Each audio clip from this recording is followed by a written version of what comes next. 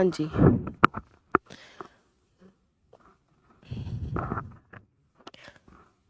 Good evening, students. I hope I'm audible. एक minute. या, चलो।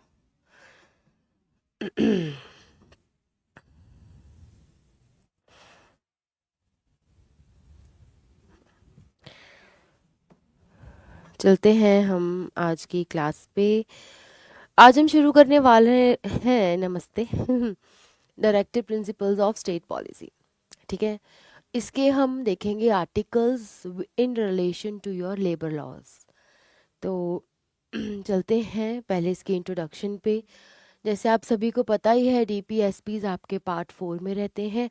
फंडामेंटल राइट्स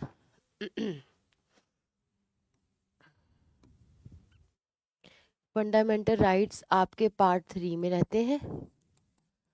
और नेक्स्ट पार्ट जो हो जाता है पार्ट 4, वो डीपीएसपीज का होता है। क्लियर? तो ये गाइडिंग प्रिंसिपल्स ही रहते हैं गवर्नमेंट के लिए, ठीक है, ताकि वो अपनी जो पॉलिसीज़ वगैरह हैं उस अकॉर्डिंग फ्रेम अप कर ले। ये मैंडेटरी नहीं होते, जस्टिफिएबल नहीं होते। सो कई बार इतना इजी तो वैसे नहीं आएगा आपको कि बैच द फॉलोइंग में आ गया कि नॉन जस्टिफिएबल मैंडेटरी, आपको पता ही है, इतना इजी यूपीएससी तो नहीं डालेगा। बट हाँ, आपको इन चीज़ों की जो है क्लैरिटी होनी चाहिए कि डीपीएसपी जो होते हैं नॉन जस्टिसेबल रहते हैं, यानी कि आप इनको कोर्ट में जाके इन्फोर्स नहीं करवा सकते। कोर्ट में कहाँ जाके? Under article 32 by writ petition.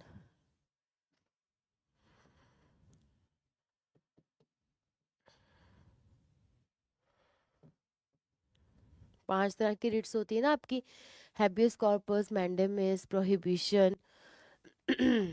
और कौन सी होती हैं? 3 हुई हैं अभी, 2 और होती हैं, देख लेना कौन कौन सी होती हैं। Clear? These principles are fundamental in the governance of the country and are design to ensure social and economic justice. बहुत सारे डीपीएसपीज हैं जो डायरेक्टली लेबर लॉस के साथ ही इन रिलेशन में है। कारण आपको पता ही है, क्योंकि कॉन्स्टिट्यूशन तभी बन रहा था जब हमें फ्रीडम मिली थी, और उस टाइम पे बहुत ज़्यादा लेबर लॉज जो था पीक पे था कि इस पे हमने रिफॉर्म करना है, उसमें कुछ सिचुएशन को इम्प्रूव करना है। क्लियर? सो ये था इसका थोड़ा सा इंट्रोडक्शन कि कैसे स्टेट, यहाँ पे वर्ड स्टेट है बच्चे, मैं बहुत बार समझा चुकी हूँ। आप मुझे ये बताओ यहाँ पे स्टेट का मतलब क्या है? कह रहे हैं कि डीपीएसपी जो थे लेबर राइट्स के साथ इन रिलेशन में थे, जो कि स्टेट को रोल को इम्फेसाइज, मतलब कि उस स्टेट को बोलते थे कि आप लेबर लॉस के लिए, कुछ वेलफेयर ऑफ द वर्कर्स या उनके सोशल जस्टिस के लिए कुछ ना कुछ पॉलिसीज या एक्ट्स है लेजिस्लेटिव द्वारा, कुछ रूल्स एंड रेगुलेशंस आप बनाते जाओ। यस, हाँ, Avni, Sandhya, Leena, very good very good. यहाँ इसका मतलब क्या है? कंट्री। क्लियर? यहाँ पे स्टेट है, अंडर आर्टिकल 12 की बात कर रहे हैं। आगे चलते हैं, मेन अब जो चीज़ करनी है उस पर चलते हैं। ये तो इंट्रो था, है ना, बाकी आपको पता होना चाहिए। बारी बारी मैं तुम्हें समझा रही हूँ, फंडामेंटल राइट्स तुम्हारे जस्टिफिएबल है, कोई भी उसको आपको वायलेट करता है, आप अंडर आर्टिकल 32 रिट पिटीशन डाल के उसको कोर्ट के द्वारा जो है इन्फोर्स करा सकते हो। बट डीपीएसपी ऐसा कुछ नहीं, they are not the mandatory provision, they are not justifiable in the court of law. Clear? अब चलते हैं आर्टिकल 39 पे, certain principles of policy to be followed by the state. देखो again the word here is state, आपको पता है under article 12 वाली state की बात कर रखी है, कंट्री। क्लियर? आर्टिकल 39 कहता है कि कुछ ऐसे प्रिंसिपल्स हैं जो हर एक स्टेट को, यानी कि एक कंट्री को फॉलो करने चाहिए, ऐसी पॉलिसीज जो उनके वर्कफोर्स के वेलफेयर के लिए हो। और ये डायरेक्ट करता है सबसे पहला कि main and women equally have the right to an adequate means of livelihood। कहता जरूरी नहीं है, बट हम चाहते हैं कि कोई भी कंट्री है वो ऐसी कुछ पॉलिसी लेके आए जहाँ पे मेन और विमेन दोनों को इक्वली मीन्स ऑफ सोर्सेज मिले टू लाइवलीहुड। टू लाइवलीहुड जब आ जाता है यानी यहाँ वेजेस की बात कर रखी है, तो यहाँ से आपका कौन सा एक्ट निकलता है बताओ, जहाँ पे मेन एंड वीमेन की इक्वल वेजेस की बात करी हुई है।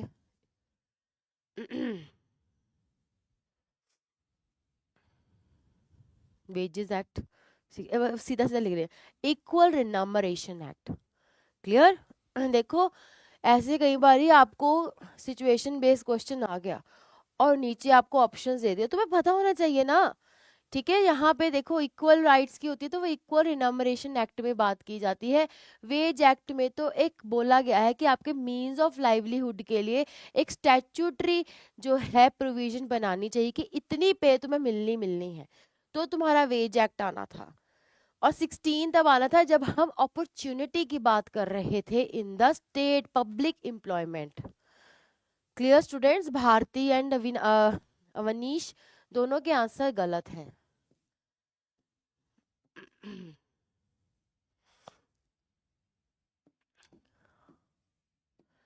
कोई नहीं, सीख सीख के पढ़ पढ़ के ही आएगा। अच्छी बात है, एटलीस्ट तुम ट्राई तो करते हो आंसर देने का, चाहे गलत ही क्यों ना सही। The health and strength of workers men and women and the tender age of the children are not to be abused. See यहाँ पे हेल्थ और स्ट्रेंथ ये सब आपका ऑक्यूपेशनल सेफ्टी कोड 2020 या ये सारी प्रोविजंस आपकी कहाँ दे रखी हैं? फैक्ट्रीज एक्ट में दे रखी हैं। और prohibition of child labour not abused. Clear? Child labour का भी आ गया यहाँ पे।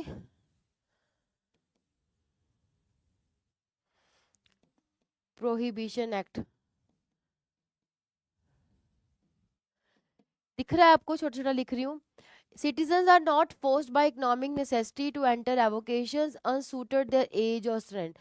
ये ऐसा कुछ एक्ट नहीं है, बट बेसिकली बताया गया है कि आप इकोनॉमिक नेसेसिटी फाइनेंशियल नीड्स करके ऐसी जॉब ऐसा वर्क मत कीजिए जो आपकी एज और आपके पास उतना जोर शक्ति नहीं है वो काम करने की, तो प्लीज आप ऐसा काम पैसे के लिए मत कीजिए।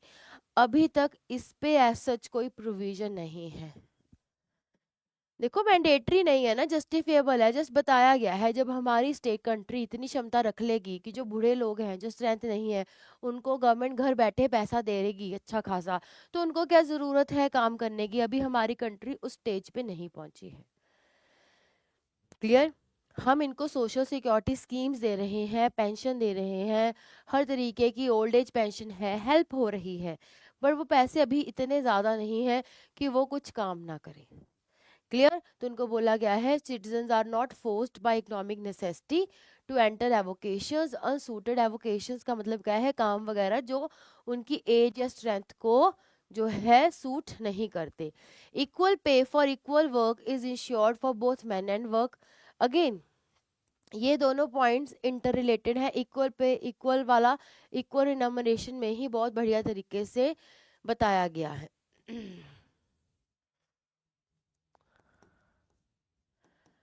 क्लियर? नाउ उसके बाद और देखो यहाँ पे इक्वली हैव द राइट वाला जो था ना, वहां पे हम इसको रिलेट कर लेंगे। और यहाँ पे की बात हो रही है तो वेज एक्ट वाला जो है इनमरेशन वेज के पर्पस से आ जाएगी। यहाँ पे जो है जॉब वर्किंग कंडीशन इन सब के पर्पसेस से आ जाएगी।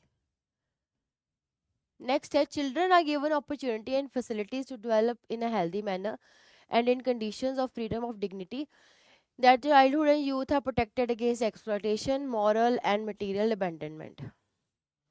बेसिकली ये बोला गया है, ये भी इतना भी अचीव नहीं हुआ है। कहते हैं कि आप चिल्ड्रन और जो उनको क्या करो अपॉर्चुनिटी या फैसिलिटीज़ दो कि वो एक हेल्दी मैनर में फ्रीडम के साथ डिग्निटी के साथ अपनी ज़िंदगी चाइल्डहुड जिए। फिर उनका यूथ भी प्रोटेक्ट करो, वो किसी भी तरीके एक्सप्लॉयटेशन के जो है शिकार ना बने। और बेसिकली ये पॉइंट बहुत गहरा है, ये कहीं ना कहीं ये बताना चाहता है कि आप एक्सप्लॉयट काम में ना जाओ ज़्यादा, पढ़ने पे अपना ऐसे भविष्य बनाने में ज़्यादा जो है सफल हो। क्लियर? ये पॉइंट अभी इतना अचीव नहीं हुआ है, कहीं ना कहीं हमने राइट टू एजुकेशन डाल के प्रॉब्लम को सॉल्व करने की कोशिश की है, बट अभी भी कुछ एरियाज हैं जहाँ पे लोग बच्चों को अपने को पढ़ने की बजाय काम पे ही भेजते हैं।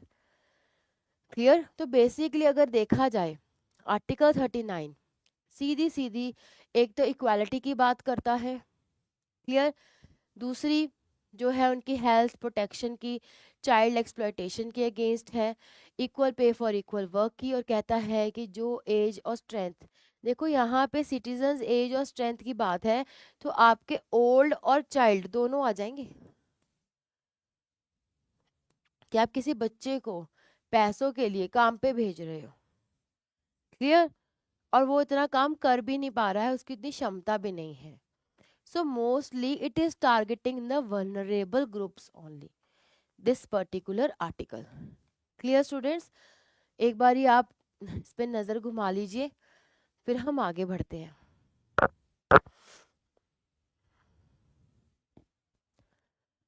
चलिए आगे।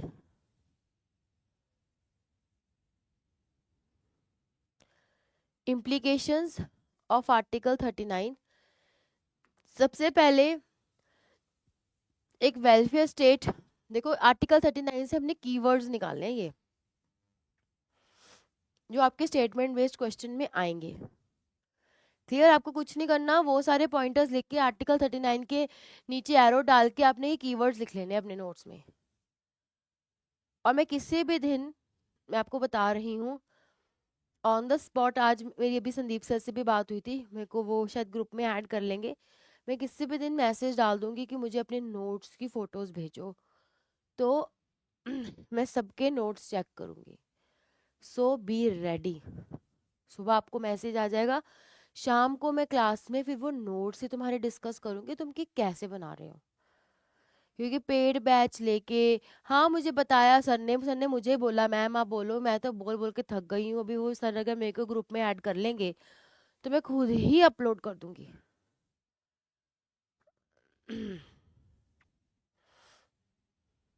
हाँ ये भी मुझे अवनीश सर ने अभी बताया कि क्लास भी नहीं डाली है। मैं बताओ क्या करूँ, इतनी गलत बात है। मैं तो बोल बोल के थक गई, सर भी बोल बोल के इनको थक जाते हैं। मैं मानती हूँ इनके पास वर्कलोड है, काम बहुत है, प्रेशर बहुत है, बट आप बैकलॉग क्यों रखते हो? साथ साथ करो अपना काम।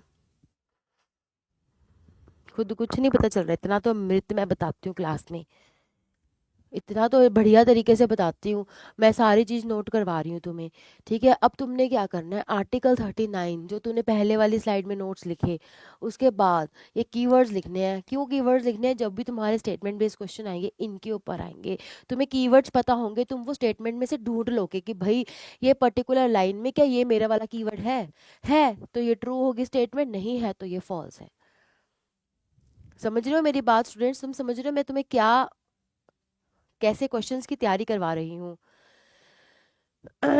देखो पढ़ाने को क्या है, मैं तुम्हें जाऊंगी, कंसेप्ट क्लियर करे और गई, फायदा क्या, तुम एमसीक्यू में फंस जाते हो फिर। होता है, ऐसे ही होता है ना मोस्ट ऑफ द केसेस में। कहीं पे भी आप इंस्टीट्यूट में हो, वो आएंगे कंसेप्ट क्लियर करके चल जाएंगे, टेस्ट आते रहेंगे, पर तुम्हें वो एमसीक्यू आते ही नहीं होंगे क्योंकि तुम्हें कंसेप्ट लगाना ही नहीं आता। तो मैं जैसे तुम्हें समझा रही हूँ, आप बाकी सब्जेक्ट्स में भी ऐसा फॉलो कर सकते हो। ठीक है? आ जाओ। सबसे पहला वेलफेयर स्टेट है, देखो 39, अगर आप खुद देखो कहीं ना कहीं वेलफेयर की बात कैसे कर रहा है बच्चे, वो बात कर रहा है फेयर वेजेस की। अब एक बात बताओ, इसमें एक बच्चे ने क्लैप, अमृत दुबे तुम खुद ही अपनी बात पे क्लैपिंग कर रहे हो, बताओ। मैंने कहा किसने क्लैप करा, जरा देखूं इस पहले चलो ये करने से पहले एक सेकंड लूंगी, ये बताओ क्या तुम्हें सच में पता नहीं चल रहा नोट्स कैसे बनाने हैं? सच बता रहा, नो झूठ। क्योंकि डे वन से मैं तुम्हें सिखा रही हूँ। अच्छा कोई नहीं अमृत, जल्दी बताओ। देखो देखो नोट्स नहीं तुम्हें बना रहे आ रहे, तो मैं पहले उसकी क्लास लूँ तुम्हारी, क्या फायदा है फिर? आ रहे हैं ना? सिर्फ अमृत ने बोला कि उसको अब समझ आ रहे हैं नोट्स बनाने, बाकी यस बताओ, Anmol, Ashutosh, Bharti, Avnish, Ekta. Sorry my health is not well. आ रहे हैं, ठीक है।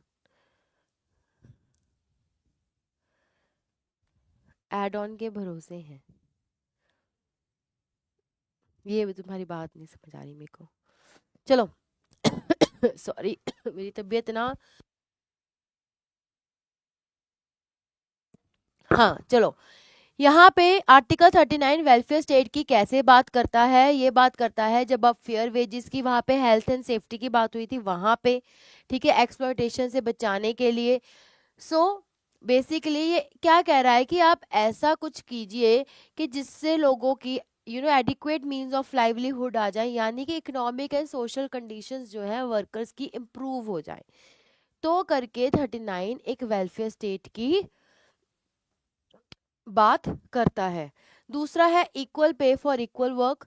कहते ये प्रिंसिपल क्या कह रहा है, देखो हमने ये दो जगह पढ़ लिया है, वो ये जेंडर इक्वालिटी की बात कर रहा है कि वर्क प्लेस पे चाहे फीमेल है मेल है इक्वल पे रखो। Equal means of livelihood, adequate means of जो भी है लाइवलीहुड रहे, इक्वल पे मिले इक्वल काम की, राइट। दूसरा वर्कर के प्रोटेक्शन की, वो कैसे करता है, हेल्थ एंड स्ट्रेंथ की बात करके। क्लियर, उन्होंने बोला आप ऐसे लॉज बनाइए जो हेल्थ एंड स्ट्रेंथ को जो है प्रमोट करे और हजार्डुअस वर्किंग कंडीशन से जो वर्कर्स उसके शिकार बन जाते हैं उन चीज़ों से बचाए। क्लियर।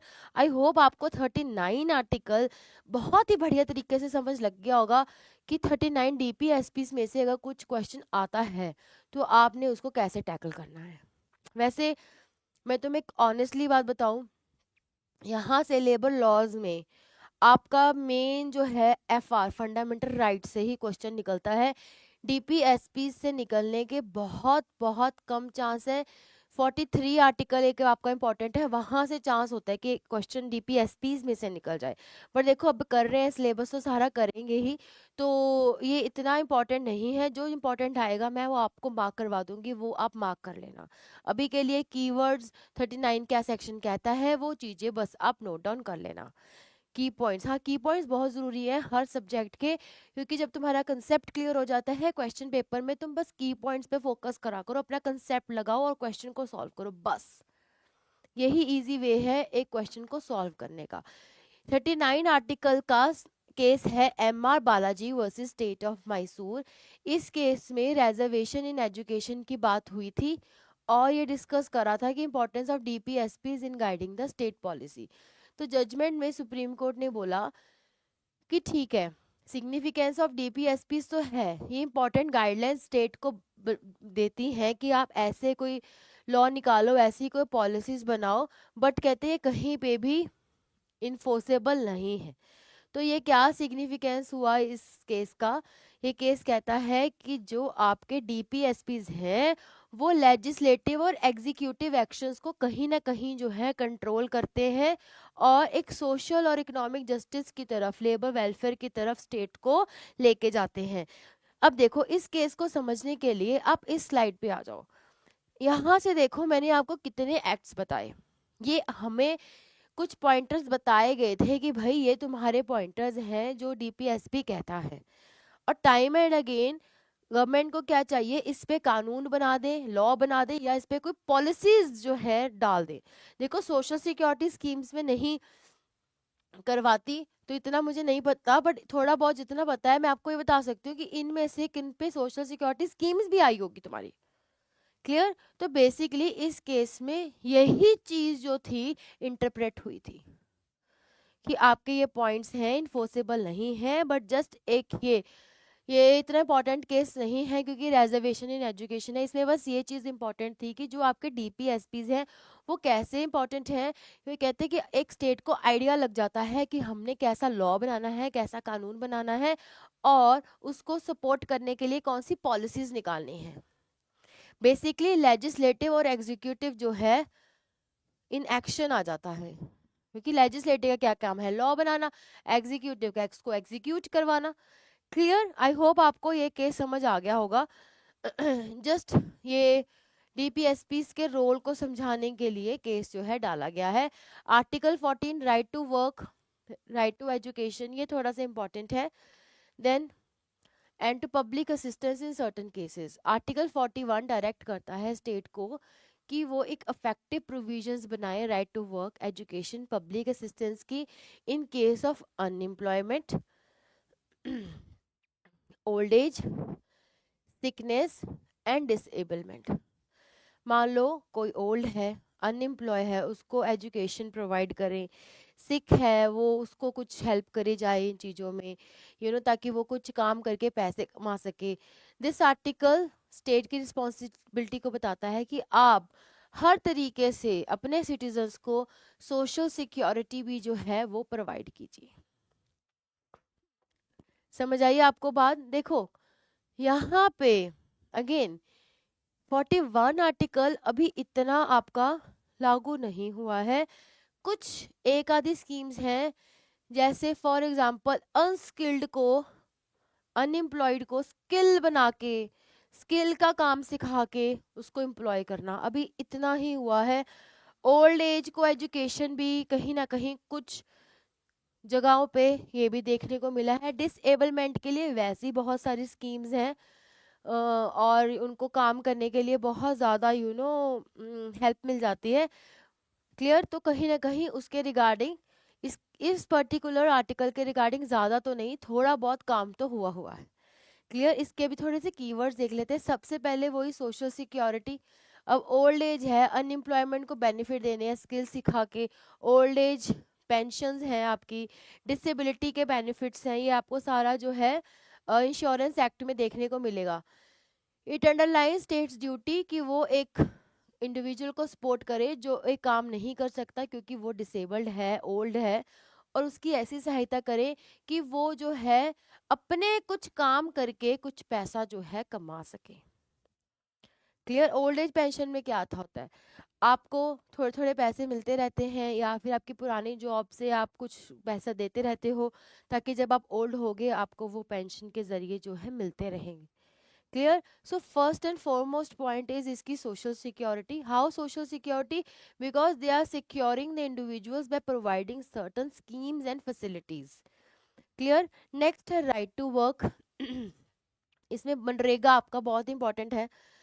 बहुत सारी कहते हैं स्कीम्स हैं, like Mahatma Gandhi national rural employment guarantee act, जो जॉब प्रोवाइड्स करता है रूरल वर्कर्स को और उनको एक सोर्स ऑफ इनकम जो है प्रोवाइड करता है।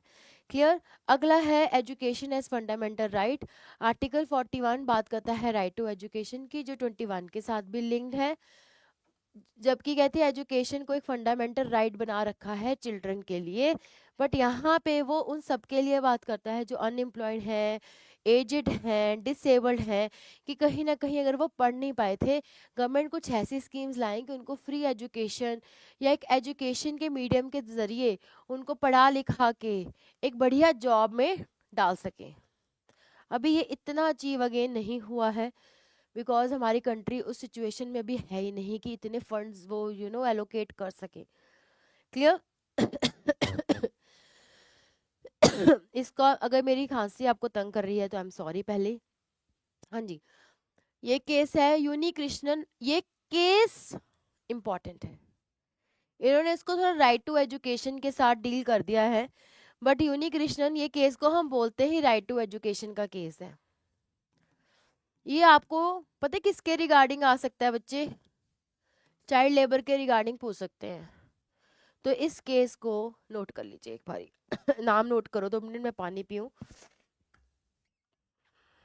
हाँ ठंड तो आ गई है, तभी शाम को क्लास होती है ना, तभी बीमार हो रही हूँ।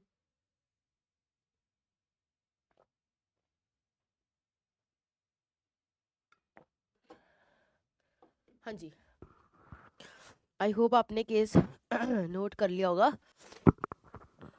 बहुत बहुत इम्पोर्टेंट केस है बच्चे।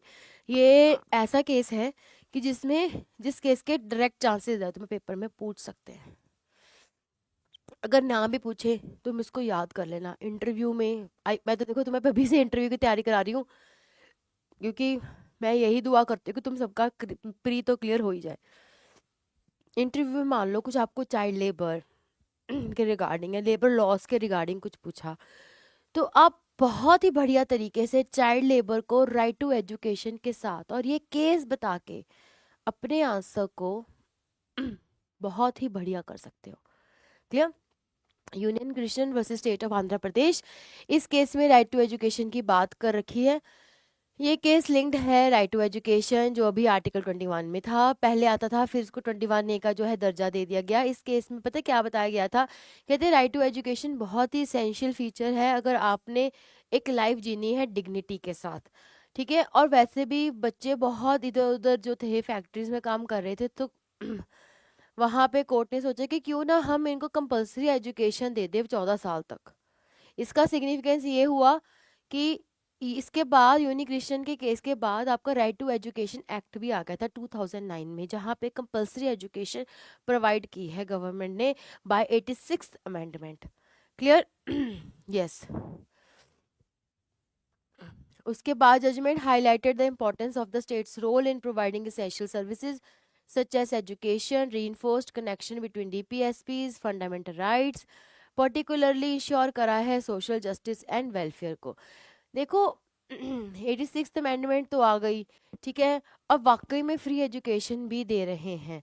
अब सारे ना सही, at least half of the percentage तो पढ़ने जा रही है ना, rather than working in the factories. See how they have कर्ब the problem of child labour exploitation also, right? And females also now they are studying rather than working, मतलब इधर उधर factories में गर्ल चाइल्ड ऑल्सो, या इधर उधर शादी होने से होता है कि चलो थोड़ा पढ़ लिख जाएगी। So unique Krishnan very very important case. ये मतलब आप किसी भी पेपर की तैयारी कर रहे हो, तुम्हें ये केस के बारे में पता होना ही चाहिए, ठीक है बच्चे। अगला है आपका आर्टिकल 42। ये अगेन ये भी थोड़ा सा इंपॉर्टेंट है क्योंकि इसमें मैटरनिटी रिलीफ और ह्यूमन कंडीशंस की जो है बात हो रखी है, तो करके ये वाला आर्टिकल भी थोड़ा सा इम्पोर्टेंट है। पिछला अगर आपका इम्पोर्टेंट था मैंने बता दिया, उसमें ज़्यादा इम्पोर्टेंट आपका केस लॉ है, बाकी उसके कंसेप्ट की एक बार नॉलेज रख लेना, दैट्स इट। क्लियर? आर्टिकल 42 बात करता है कि आप वर्कर्स को जस्ट एंड ह्यूमेन कंडीशंस दो और मैटरनिटी रिलीफ भी दो। देखो ये आपका डीपीएसपी है, ठीक है, ये अब आपका क्या बन गया है, मैटरनिटी रिलीफ एक्ट भी एक बना हुआ है, पता ही है ना आपको, जहाँ पे आपको 26 वीक्स की लीव मिलती है। क्लियर? अब वर्किंग कंडीशंस ये सारी आपकी कहाँ लिखी गई है, फैक्ट्रीज एक्ट में। अगेन बहुत ही बढ़िया तरीके से ह्यूमेन वर्किंग कंडीशंस की बात कर रखी है, तो कहीं ना कहीं ये पॉइंट गवर्नमेंट ने लॉ बना के अचीव कर लिया है। क्लियर? सो स्टेट को ऑब्लिगेशन यानी ड्यूटी होती है to ensure workers specially women, ताकि उनको एक सेफ और हेल्दी इन्वायरमेंट प्रोवाइड कर सके, स्पेशली ड्यूरिंग प्रेगनेंसी। उनको प्रॉब्लम ना रहे कि भाई अगर हम जॉब छोड़ रहे हैं तो हमारी जॉब छूट जाएगी एंड ऑल दैट। क्लियर? अब तो बहुत ही ज़्यादा इन्होंने बोल दिया है कि आपको हर कोई इंस्टीट्यूट को अब मैटरनिटी रिलीफ तो प्रोवाइड करनी ही पड़ती है। वो अलग बात है कहीं फिर भी नहीं करते। वर्कर वेलफेयर कीवर्ड्स है, दूसरा है मैटरनिटी बेनिफिट्स, तीसरा है occupational health and safety. Worker welfare के लिए ह्यूमेन वर्किंग कंडीशंस, उसके लिए वर्किंग आवर्स के ऊपर काम करना, उनको प्रॉपर रेस्ट पीरियड्स देना, ये सब चीज़ें हम फैक्ट्रीज एक्ट में पढ़ने जाते हैं। Yes, only for 2 child, 12 weeks for the 3rd child. हाँ जी। It underscores the state's duty to protect workers from exploitation and ensure their well-being. So basically proper working hours, कितना वर्किंग आवर्स आपका बोला गया है जो सैंक्शन है, that is just 9 hours a day, और वीक का लेके चलो तो उसकी कैलकुलेशन से 8 आवर अ डे निकलता है। अगर आपको रेस्ट दे रहे हैं तो 10.5 आवर्स अ डे, मतलब 10.5, बाकी इंक्लूडिंग योर रेस्टिंग टाइम। वैसे 9 मतलब एक से आधा, 1.5 our 1.5 our you can say आपको रेस्ट के लिए बोलते हैं। मैंडेटरी है कि आपको आधे घंटे का रेस्ट तो देना ही देना है। Clear students. तो अगेन इस पे वर्कर वेलफेयर पे भी आपके ऑलरेडी फैक्ट्रीज एक्ट में बहुत प्रोविजंस हैं। जब हम पढ़ेंगे आप खुद ब खुद ही समझ जाओगे, तब मैं आपसे पूछूंगी कि कौन से आर्टिकल में लिखा था, तो आपको पता होना चाहिए। नेक्स्ट है maternity benefits. Maternity benefit act 1961 आया है, जिसपे नर्सिंग ब्रेक, जॉब्स पे, ये सब आपकी लीव्स वगैरह हैं इसमें। पोस्ट प्रेगनेंसी, चाइल्ड बर्थ, इसके अलावा भी बहुत सारी प्रधानमंत्री की योजनाएं हैं जिसमें पैसे आते हैं अकाउंट में। क्लियर। सो अगेन इसके ऊपर तो बहुत ही बढ़िया तरीके से गवर्नमेंट ने, यानी कि इस डायरेक्टिव प्रिंसिपल को तो काफी हद तक आप ये कह लो कि सारे को ऑलरेडी अचीव कर लिया है। यहाँ पे कुछ भी छूटा नहीं है। क्लियर। नेक्स्ट है ऑक्यूपेशनल हेल्थ सेफ्टी। अगेन ये फैक्ट्रीज एक्ट में आता है, अभी इस पे आपका अलग से कोड भी आ गया है। बता रखी है एक एक प्रोविजन की आपने जो है। 500 पे एक वेलफेयर ऑफिसर बिठाना है, 1000 के ऊपर फैक्ट्रीज एक्ट बताता है सेफ्टी। अब न्यू एक्ट कहता है सेफ्टी ऑफिसर आप 500 वर्कर्स जहाँ पे काम कर रहे हो वहाँ बिठाओ, और 250 वेलफेयर पे बिठाओ, 250 वर्कर्स जहाँ काम कर रहे हो। और भी क्रैच फैसिलिटीज, उनको प्रॉपर रेस्ट रूम्स, देन उनकी proper canteens, water, sanitation, each and everything बहुत अच्छे तरीके से बता रखे है कि कहीं भी किसी भी तरीके से किसी भी वर्कर की हेल्थ को हार्म ना हो। क्लियर। तो ये पॉइंट भी बहुत ही बढ़िया तरीके से फैक्ट्रीज एक्ट में कवर है। इंस्पेक्शन होती है, यहाँ पे बकायदा लिखा है कि प्रॉपर जो है इंस्पेक्शन होती है। हाँ, हाइट एंड विड्थ की कौन से क्यूबिक सेंटीमीटर कितना वो रखना है वो भी हम करेंगे। अभी अभी नहीं अवनीश, आप क्या पुराने स्टूडेंट हो बच्चे, क्योंकि मुझे लग रहा है। हाँ जी, ये भी फैक्ट्रीज एक्ट में इसका पॉइंट कवर है, और ये तो है लिखा ही हुआ है मैटरनिटी बेनिफिट एक्ट में। अच्छा, आप पुराने स्टूडेंट नहीं हो, मतलब आप कहीं जॉब करते हो। Case law again very important, case law note कर लीजिए। अभी यस मैम किस रिगार्डिंग कह रही हो मैं समझी नहीं। पुराने स्टूडेंट होगी, कहीं काम करते हो, जॉब, ओके ठीक है। Again very very very important case. अच्छा, हाँ सीएमए तो दिख रहा है मेरे को। चलो, ये लैंडमार्क केस है जहाँ पे सेक्सुअल हरासमेंट हुई थी of a women at work place. अब आपका न्यू कोलकाता वाले पे भी जजमेंट आएगी, फिर वो भी आपके लेबर लॉज के लिए बहुत इंपॉर्टेंट बनने वाला है। क्लियर। तो सुप्रीम कोर्ट ने इस पे गाइडलाइंस दी थी कि सेक्सुअल हरासमेंट जो है नहीं होनी चाहिए, हमें एक फीमेल के लिए safe and dignified working environment या कंडीशंस रखनी पड़ेंगी, और इन गाइडलाइंस का नाम ये है विशाखा गाइडलाइंस। क्लियर। तो जब ये कोर्ट ने निकाली तो गवर्नमेंट को भी याद आ गया कि भाई हम क्या कर रहे हैं, हम तो कुछ भी नहीं कर रहे, हमें भी कुछ करना चाहिए। तो इसके चलते उन्होंने भी एक एक्ट निकाला, sexual harassment of women at workplace prevention prohibition redressal 2013। तो करके ये केस बहुत बहुत बहुत इम्पोर्टेंट है, क्योंकि इस पे इनमें से विशाखा गाइडलाइंस तो है ही है, एक एक्ट भी आपका निकला था। सिग्निफिकेंस क्या है, जजमेंट ने बताया कि ह्यूमेन वर्किंग कंडीशंस होनी कितनी ज़रूरी हैं, जो आपका आर्टिकल 42 बताता है। और इसको बचाने के लिए अगर कुछ ऐसी गड़बड़ हो रही है तो गवर्नमेंट को टाइम एंड अगेन कुछ लीगल लॉ या कुछ स्ट्रिक्ट मैंडेटरी प्रोविजंस निकालनी पड़ेंगी, सो दैट कोई भी वर्कर ऐसी सिचुएशन से जूझे ना। क्लियर। वहां पे फीमेल के साथ हुआ, विमेन के साथ हुआ, हरासमेंट हुई, ठीक है, तो गवर्नमेंट ने देखा कि भाई अब तो सुप्रीम कोर्ट ने भी इस पे एक्शन ले लिया है, तो हमें भी कोई ना कोई गाइडलाइंस इस पे एक्ट जो है निकालना पड़ेगा, और इस चीज को लॉ के जरिए जो है हार्ड एंड फास्ट करना पड़ेगा। अभी आपका शायद कोलकाता वाला केस तो अभी इतना डिले हो गया बिकॉज पॉलिटिकली बहुत चीजें इन्वॉल्व है उसमें, तो करके काफी डिले हो गया, नहीं तो अभी इतना डिले तो बनता नहीं था। हाँ जी। Article 43 again very important, living wage etcetera for workers. 43 कहता है कि स्टेट को एक सूटेबल लॉ बनाना चाहिए, ठीक है, लिविंग वेज कंडीशंस को, सो दैट एक डिसेंट स्टैंडर्ड ऑफ लाइफ या फिर अपनी जो कल्चरल अपॉर्चुनिटीज, बेसिकली ये पॉइंट ये कह रहा है कि स्टेट को एक ऐसा कानून बनाना चाहिए जो एक स्टैंडर्ड सेट करे कि आपको कम से कम इतनी तनख्वाह तो देनी है। स्टैट्यूटरी प्रोविजन उसकी बनाए जो ऑलरेडी आपके वेजेस एक्ट के द्वारा बनाई हुई है। क्लियर? लिविंग वेज यहाँ पे ये बात कर रहा है। कीवर्ड्स इसके एक बार ही देख लेते हैं। Economic justice, workers welfare scheme, decent standard of life. Economic justice क्या?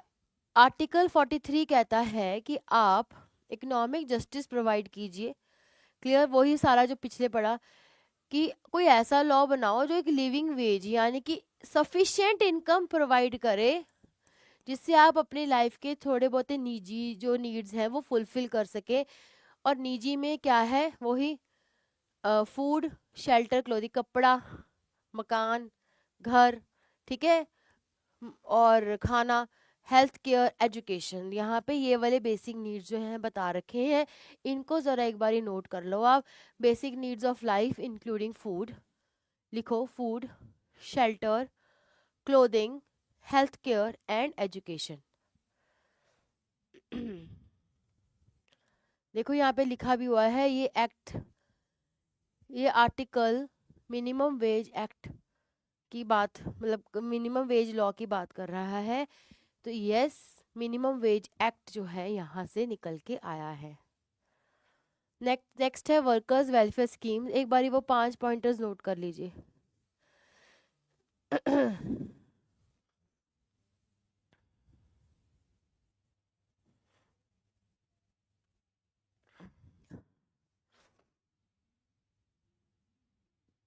हाँ जी, नेक्स्ट बात कर रहा है ये स्कीम्स की।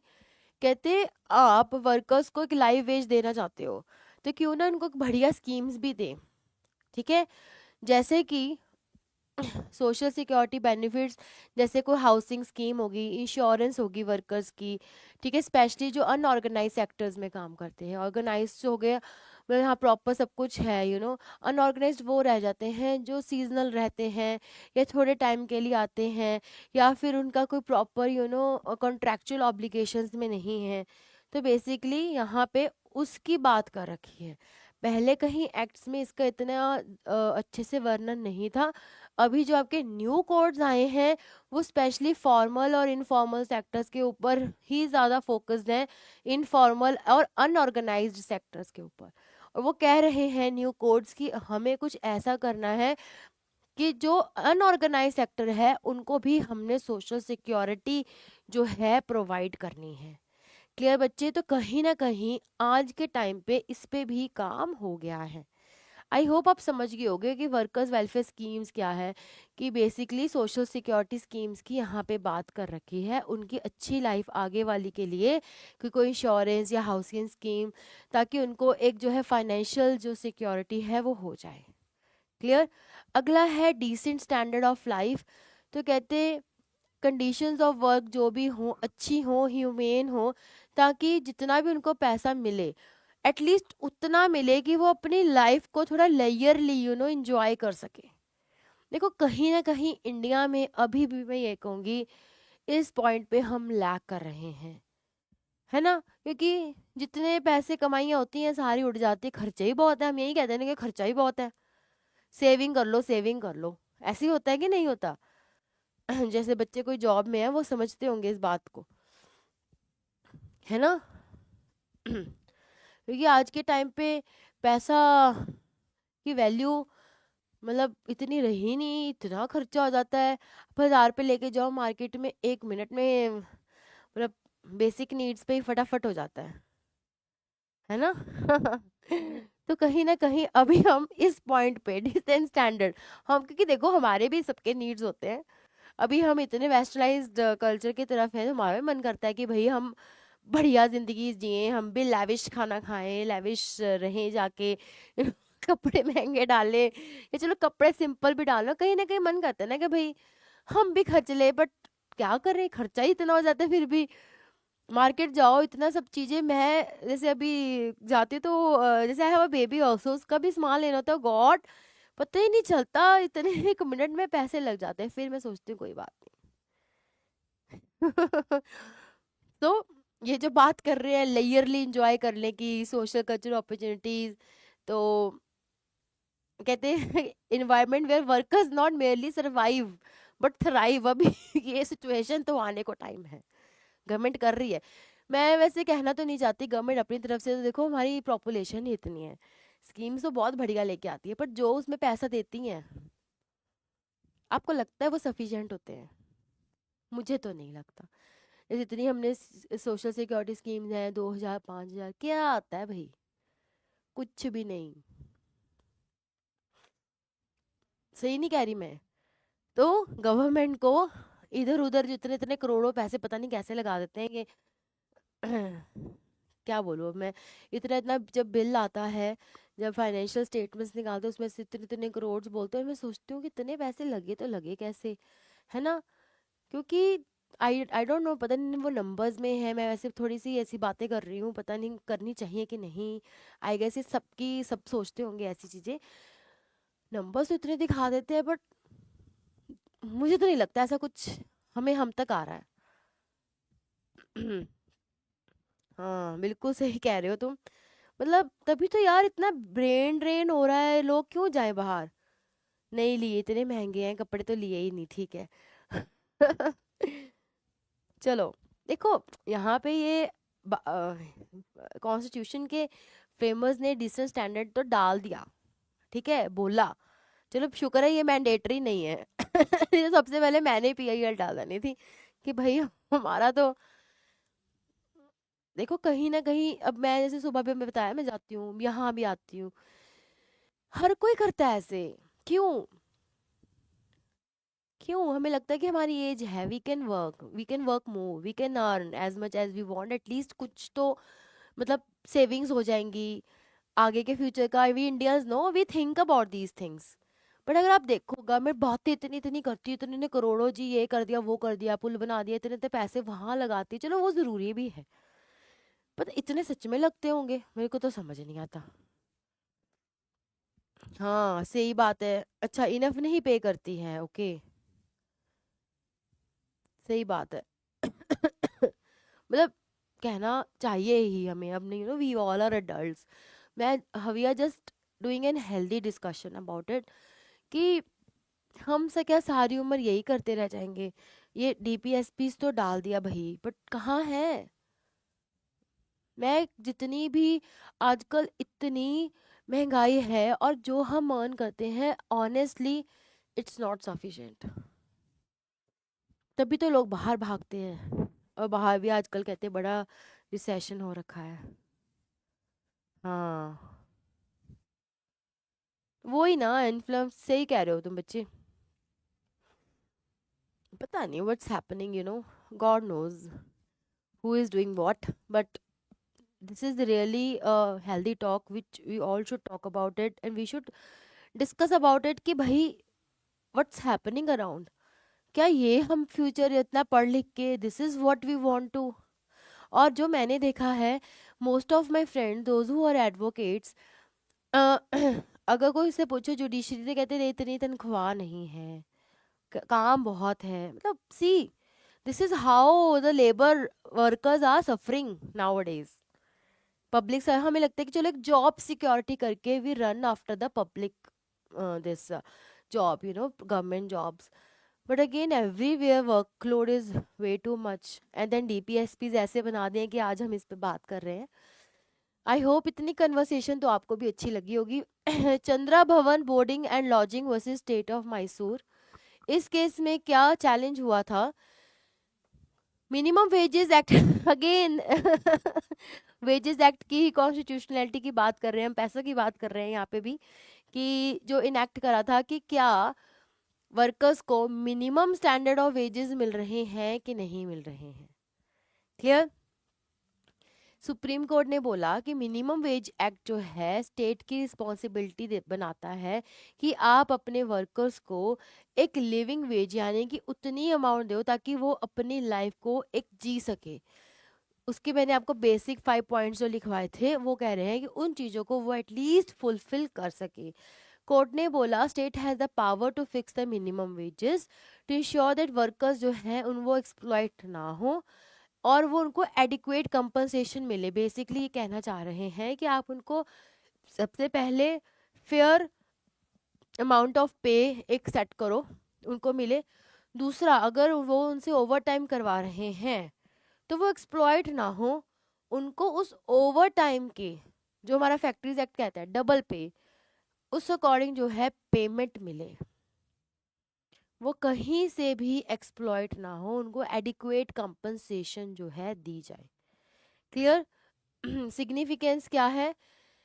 ये जजमेंट रीइंफोर्स करती है importance of article 43 in promoting economic justice, और ये बताती है कि स्टेट का कैसे रोल है थ्रू द एक्ट कि वो कैसे वर्कर्स के वेजेस को जो है प्रोटेक्ट करेगी। ये केस इतना इम्पोर्टेंट नहीं है बच्चे, क्योंकि अगेन वही लाइवलीहुड वगैरह की बात कर रखी है। अगर इन केस कभी आपको मैच द फॉलोइंग आता है तो ये केस हुआ तो आप समझ जाना ये केस आपका आर्टिकल 43 के साथ इन रिलेशन में है। बस उससे ज़्यादा इसमें कुछ नहीं पूछा जाएगा। बस ये बोला गया है कि स्टेट की ही सारी रिस्पॉन्सिबिलिटी बनती है। स्टेट यानी कि यहाँ पे किसकी बात हो रही है? कंट्री की, कि वो एक स्टैंडर्ड सेट करें मिनिमम वेज का। Clear students? यहाँ तक कोई दिक्कत? हाँ, अगले हमारे लैंडमार्क केसेस आ गए हैं। एक बार आपको दोबारा से आर्टिकल्स दिखा देती हूँ। आर्टिकल 39 क्लियर, इसमें काफ़ी पॉइंटर्स इंपॉर्टेंट थे।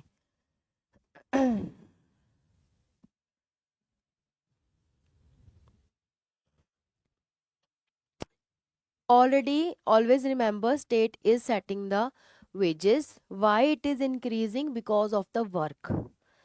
ठीक है, वो क्या करते हैं? सीजन लगाते हैं। अगर आपको विष्णु मैं क्लियर करूं, यहाँ पे मैं आपको चलो पंजाब का एग्जांपल लेके बताती हूँ। पंजाब में आपको भी पता है बहुत सारे लोग ऐसे हैं जो रहते नहीं हैं, वो फॉरेन में हैं। क्लियर? और उन्होंने आगे अपनी अपनी ज़मीन ठेके पे दे रखी है, उनके पास वर्कफोर्स कम है। क्लियर? और अनऑर्गेनाइज्ड के लिए कहीं ना कहीं गवर्नमेंट ये कहते हैं कि मिनिमम आपको इतना देना है, और ये क्या करते हैं? बाहर बैठे हैं, बड़ा पैसा है, वो इससे ज़्यादा अमाउंट भी पे कर देते हैं, कि कहीं ना कहीं ये नहीं लिखा हुआ कि आप ज़्यादा नहीं कर सकते, यू कैन पे मोर। ठीक है विष्णु? एक तो ये रीज़न है। दूसरा, ऑलरेडी यहाँ पे लेबर के मतलब हमारे पास कम है स्टेट में, जैसे वो माइग्रेट करते हैं, और जहाँ वो होते हैं वहाँ पे ऑलरेडी उनके पास सारे वो काम कर रहे होते हैं, तो लेबर की कहीं वो नहीं होती प्रॉब्लम। तो ऑफ कोर्स ही बात है ना, जहाँ हमें लगता है कि हमारी ज़रूरत ज़्यादा है, हमें पे भी ज़्यादा मिल जाएगा, तो हम वहाँ तो करके वो जाते हैं। आई नो मैनी, मतलब I have seen many people, you know I have people working at my home. तो मैं उनसे पूछा तो कहते हैं कि मेरे पापा और मेरे भैया अ, झोना लगाने का क्या कह रही थी वो, के लिए दिहाड़ी पे मतलब पंजाब वाली गुरदासपुर साइड कहीं गए थे वो। तो सी उनको पता लग जाता है कि भाई हम वहाँ जाएंगे, वहाँ हमें ज़्यादा पे, मिनिमम क्या है, एटलीस्ट गवर्नमेंट कहती है अपने थोड़े से कंसेप्ट को बच्चा क्लियर करो। मिनिमम यानी कि मिनिमम इतनी दो आप, उससे कम नहीं दे सकते, पर उससे ज़्यादा तुम देना चाहो तो तुम दे सकते हो। ठीक है? So this is the reason why unorganised workers they migrate between the states. एक तो एक सीजन एक स्टेट में लगाया, फिर दूसरा क्योंकि हर एक स्टेट का according to the weather season चलता है। क्लियर? इवन हमारे पंजाब में भी अलग अलग टाइम पे अलग अलग सीजन्स होते हैं, अलग अलग एरियाज पे। एक सीजन ख़त्म किया, फिर उसको पहले भिगोना, फिर उसकी कटाई स्टार्ट हो जाती है, तो they that's why also they migrate. एक जगह काम किया, पता हो गया यहाँ ख़त्म, दूसरी जगह पकड़ लिया, माइग्रेट हो गए, फिर तीसरी जगह पकड़ लिया। और ज़्यादा, और ये लोग कहीं ऐसे भी हैं जब इनको पता है यहाँ पे अब इन महीनों को काम नहीं है, तो वो अपने गांव वगैरह जाके वहाँ पे दिहाड़ी करके आते हैं, वहाँ पे भी काम करते हैं। क्लियर? देखो, अब इतना आपको तो पता ही है, पंजाब में तो बहुत ज़्यादा बुरा हाल है, इतनी लोगों की ज़मीनें हैं बेच दी हैं, कईयों ने क्या क्या ठेके पे दे रखी हैं, संभालने वाले हैं नहीं, ठीक है। और तो करके माइग्रेशन बहुत ज़्यादा है। हाँ, अच्छे से क्लियर होगा, मैंने तो आपको बहुत बढ़िया तरीके से पॉइंट्स बताए हैं बच्चे। हाँ जी। बच्चे इसको सुन लो आप एक बार दोबारा, क्योंकि आगे आपके ना केस लॉज ही स्टार्ट है। अगर कहो तो मैं करवा देती हूँ, कितने 6 मिनट हैं, पर एक आधा ही होगा केस। करना है आपको? देखो, वही सेम रिपीट होंगे लैंडमार्क, नहीं डिफरेंट है। रणधीर वाला तो वही है, टेम्पररी और परमानेंट वर्कर्स वाला है ये वाला ना। रणधीर वाला वो ही होगा। देन बंधुआ मुक्ति तो पुराना ही है, ये भी पुराना है, आपका एमसी मेहता वाला भी पुराना ही है। ये सारे हमने केसेस पुराने हैं, एक बार आप देख ही लीजिए, नो इश्यूज। टाइम है अभी। Randhir Singh versus union of India, ये इंपॉर्टेंट केस है आपका। सो बेसिकली ड्राइवर था जो दिल्ली पुलिस में इसने जो थी करी कि भाई कि मैं भी वही काम करता हूँ जो सेंट्रल गवर्नमेंट के सर्विसेज को वही देता हूँ, बट मैं टेम्परेरी हूँ, बाकी परमानेंट है, बट हमें equal pay for equal work नहीं मिल रही, जबकि हमारा nature of work everything is same. तो इस केस में सुप्रीम कोर्ट ने रूल करा था कि यहाँ पे आपका आर्टिकल 14 16, देखो अभी हमने देखो, अभी पहले हमने इन केसेस को in relation to, I guess हमने ये रणधीर वाला 14 के रिलेशन में करा था। अब जैसे हमने सारे आर्टिकल्स पढ़ लिए हैं, फंडामेंटल राइट्स भी कर लिए हैं, डीपीएसपीस भी कर लिए, अब हमने इन केस लॉस को इन तीनों मतलब दोनों चीजों के साथ रिलेट करके पढ़ना है, तो करके दोबारा है ये क्लियर।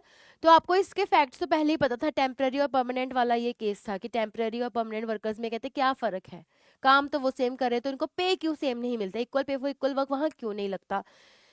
इस देखो जजमेंट में अब कोर्ट ने क्या इंटरप्रेट करा वो देखो, क्योंकि आपके अगर एमसीक्यू आया match the following multiple statement, 14 के रिलेशन में आया तो भी तुम उसको टिक कर सकते हो, 16 के रिलेशन में आया तो भी कर सकते हो, 39 के रिलेशन में आया तो भी इसको पिक कर सकते हो, क्योंकि article 13 is all about for the equal pay for the equal work. Clear students? Now सबसे पहले 14 के लिए राइट टू इक्वालिटी की बात कर रखी है कि टेम्परेरी हो परमानेंट हो आप ऐसे भेदभाव नहीं कर सकते। 16 equality of opportunity in public employment, क्योंकि यहाँ पे जो था वो सेंट्रल गवर्नमेंट का था ना, तो उन्होंने बोला कि why there is not the equality when the person is doing the same work, तो क्यों उसको अभी भी आपने टेम्पररी रखा हुआ है। और 39 तो आपको पता ही है, it talks about the equal pay for the equal work. तो सिग्निफिकेंस इस जजमेंट का ये हुआ, कोर्ट ने इनको कहा कि देखो लेबर राइट्स जो है equal pay for equal work की बात करते हैं, और ये आपकी मॉरल ड्यूटी बनती है कि आप इस लीगल राइट को इन्फोर्स कराओ। टेम्परेरी है परमानेंट है वो फर्क नहीं पड़ता, equal pay for equal work जब ऑलरेडी 3 जगह पे डिस्कस हो रहा है तो क्यों नहीं ये लागू हो रहा।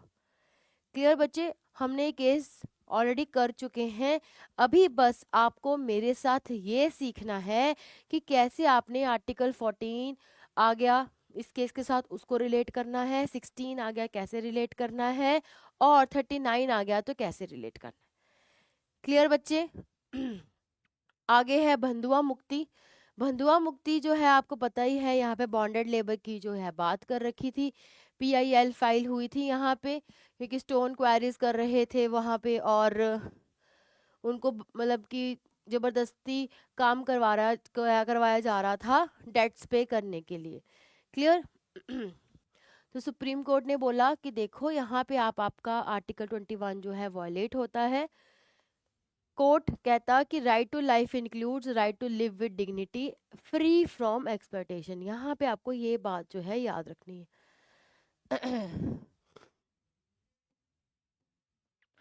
कहता है बॉन्डेड लेबर जो है आपकी कहीं ना कहीं फंडामेंटल राइट को वायलेट करती है। मैं हाईलाइट कर रही हूँ पॉइंटर्स जो इंपॉर्टेंट है। कोर्ट ने ये भी बोला कि आप इनको रिहैबिलिटेट करो, और ये हम मैंने लास्ट टाइम भी आपको नोट करवाया था, और कोशिश करो कि ये चीज़ें जो है इरेडिकेट हों। सो बेसिकली ये जो आपका केस है इसने राइट टू लाइफ को थोड़ा सा ब्रॉड करा था ये इंक्लूड करा था कि आपकी राइट टू लाइफ का तो हक है, बट एक डिग्निटी के साथ भी आपको कोई बंधुआ मजदूर बनवा के काम नहीं करवा सकता। मतलब one can't use his power against you. Class conflict, power struggle, ठीक है, your Karl Marx and Dunlop theory. Clear. So यहाँ पे बॉन्डेड लेबर को अबॉलिश करने की बात हुई थी, और ये पीआईएल ने एक सोशल चेंज और जस्टिस लाने की बात करी थी। देखो एक वल्नरेबल ग्रुप्स रहते हैं ये सारे, जहाँ पे ऐसे बॉन्डेड ये सब चीज़ें कराई ना, मतलब जहाँ पे सोसाइटी बहुत जल्दी एजिटेट हो सकती है। तो इन पे तो फैसले लेने ना सरकार को या जुडिशरी को बहुत ही बढ़िया तरीके से लेने पड़ते हैं।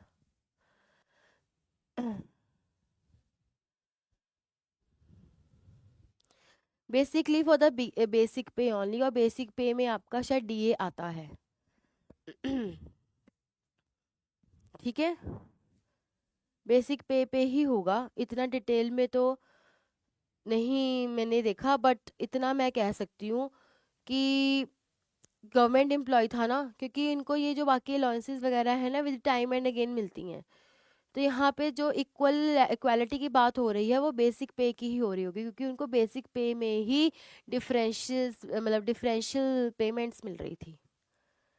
Clear Vishnu? For the basic पे ओनली।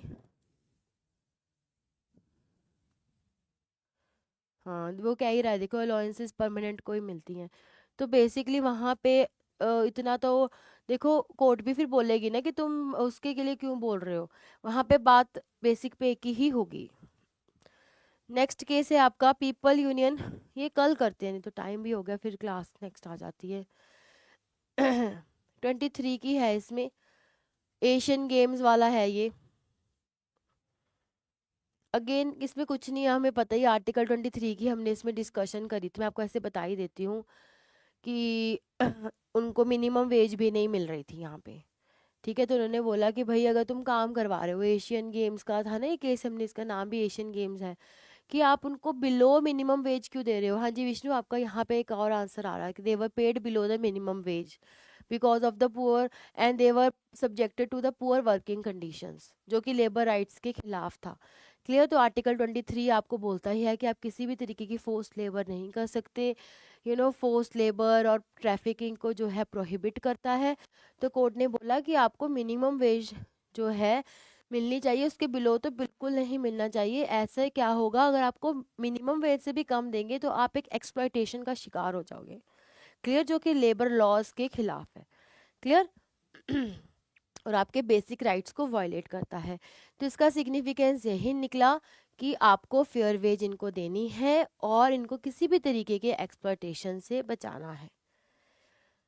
क्लियर। ये सब पे लगेगा, यहाँ पे देख लो, इनफॉर्मल और ऑर्गेनाइज्ड, कि एटलीस्ट उनको भी मिनिमम वेज मिले mandated by law. Clear students? So with this we will end our class here. Okay. Next is your M C Mehta, ये तमिलनाडु वाला केस है। अगेन जहाँ पे चाइल्ड लेबर हो रही थी फायर वर्क्स वाली वहाँ पे फैक्ट्री में। तो इसमें भी बोला गया था, सेम वही पॉइंटर्स है कि स्टेट ने मतलब कोर्ट ने बोला था कि जो तमिलनाडु की स्टेट गवर्नमेंट है, ठीक है, डायरेक्टिव्स टू द गवर्नमेंट कि आप बच्चों के लिए कुछ फंड्स निकालो, ठीक है, और उनको फंडिंग भी करो, वेलफेयर फंड्स दो जो बच्चे अफेक्ट हुए हैं। क्लियर। और इम्प्लीमेंट करो चाइल्ड लेबर के यहाँ पे एक्ट को। सो बेसिकली इस केस की यही सिग्निफिकेंस निकली थी कि जुडिशरी ने यहाँ पे स्टेट को बोल दिया था कि आप वेलफेयर फंड्स निकालो और जो है चाइल्ड लेबर को अच्छे से, जो इसकी प्रोहिबिशन है क्यों नहीं हो रही, इसको आप मैंडेट करवाओ, मैंडेटरी करवाओ। क्लियर। एक वहां पे जागरूकता आई क्योंकि पीआईएल फाइल हुई थी कि भाई ऐसे फायरवर्क्स में वो काम कर रहे हैं तो बहुत गलत है, बहुत हजार्डुअस है वो, जिन बच्चों को पढ़ना चाहिए, ठीक है, वो ऐसे हैं। तो उन्होंने बोला यहाँ पे कि चाइल्ड कंपल्सरी एजुकेशन की भी वहाँ पे बात हुई, और उनको रिहेबिलिटेट और उनकी फैमिलीज को भी उन्होंने करने का यहाँ पे बात करी थी।